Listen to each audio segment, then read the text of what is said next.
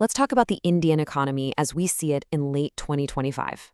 If you just glance at the headlines, it looks like an incredible success story, just record-breaking numbers.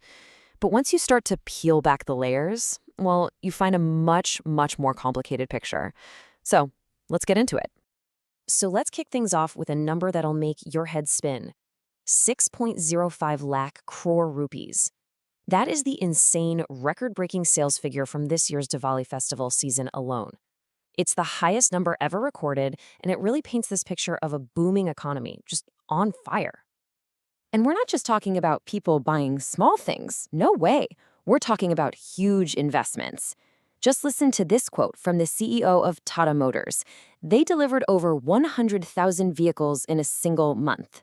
That just gives you a sense of the sheer scale of this spending spree. But is that the whole story? To really figure that out, here's how we're going to break it down. First, we'll dive into that blockbuster Diwali. Then, we're going to look for some cracks in the foundation. After that, we'll zoom out to see the battles happening beyond India's borders, before coming back to a tale of two Indias. And finally, we'll ask that all-important question. What does the future hold? All right, first up, that blockbuster Diwali. Let's really get into what made this festive season so huge. And check out this chart, because it shows just how widespread this boom really was. It wasn't just one or two sectors. I mean, look at this. Tata Motors sales shot up by 33% compared to last year. Hyundai saw a 20% jump. And in consumer electronics, Haier posted a massive 50% plus growth. This was a really broad, powerful surge in spending. So what was the fuel for this fire? Well, it boils down to two key things. First, consumer sentiment was described as buoyant. People felt confident, and that was helped along by some recent tax relief and breaks on interest rates. And second, there was a real trend towards premium products. People weren't just buying stuff, they were upgrading. Think large-screen TVs, high-end washing machines. It really felt like the good times were rolling. But here it is, the crucial question. Was it good news for everyone? This is where the simple, happy stories starts to get a lot more interesting.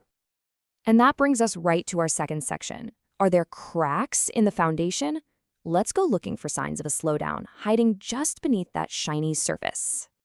Okay, let's start with the tech sector. Now, when you first look at this slide, you might think, hey, that looks pretty good. And you're right, layoffs are way down in 2025 compared to 2023. But, and this is a big but, that number, over 4,200 people, still makes India the country with the second highest number of tech layoffs in the entire world this year. So yeah, the pace has slowed down, but the pain in the startup world is definitely not over. And this chart here shows you exactly where that pain is being felt the most. Over half, 52% of all tech layoffs this year happened in Bengaluru alone. And when you add in Mumbai, Delhi, and Hyderabad, you see that pretty much 90% of all these job cuts are happening in India's biggest tech hubs. And, these signs of strain aren't just in the tech world. Take a look at this, the core sector. And we're talking about crucial industries here, like steel, cement, electricity. Its growth slowed down dramatically. It went from a pretty healthy 6.5% in August all the way down to just 3% in September. That is a really worrying sign for the industrial backbone of the entire economy. So now, for our third section, let's zoom out a bit and look at the battles beyond the border. Because let's face it, what happens in India is more and more being shaped by pressures from all over the globe. And to get one of these key battles, we need to quickly talk about the WTO, the World Trade Organization. You can basically think of it as the global referee for trade, making sure countries play by the rules. So here's the situation. China has officially filed a complaint with the WTO against India. Beijing is arguing that 3 of India's key Make in India initiatives are unfair. Specifically, they're targeting these production-linked incentive schemes, which are really just subsidies to boost local manufacturing, saying they discriminate against foreign companies. This is a huge trade challenge for New Delhi. And this pressure isn't just diplomatic, happening in some faraway meeting room. It's hitting industries right here at home. India's own steel producers are getting squeezed by a flood of cheaper imports from China, Japan, and Vietnam. The RBI is calling this the dumping of steel, and it puts Indian companies at a massive disadvantage, messing with prices and production. All of this brings us back home for our fourth section, which I think is maybe the most revealing, a tale of two Indias. This is where we see some really startling contrasts. And if you can understand this divide, you can get a sense of the economy's real health. Let's start with just this. 7 brand new BMW sedans, each one costing more than 60 lakh rupees. Now, who do you think is buying them? The Lokpal, India's anti-corruption watchdog. And the public reaction? It was captured perfectly by this one single line from Congress spokesperson Pavan Kira. Irony just drove away in a BMW. I mean, you can't make this up. The whole purchase, which was around 5 crore rupees, sparked this huge outrage over what so many people see as just wasteful opulence from an institution that's supposed to be ensuring honesty. Okay, now let's just make a really sharp cut. We're going from the halls of power in Delhi all the way to Savakasi, the heartland of India's traditional fireworks industry. And here, the story could not be more different. Even though demand for fireworks was really strong this Diwali, production in Savakasi has been stuck in the mud for almost 5 years. So what's going on? Well, it's a perfect storm.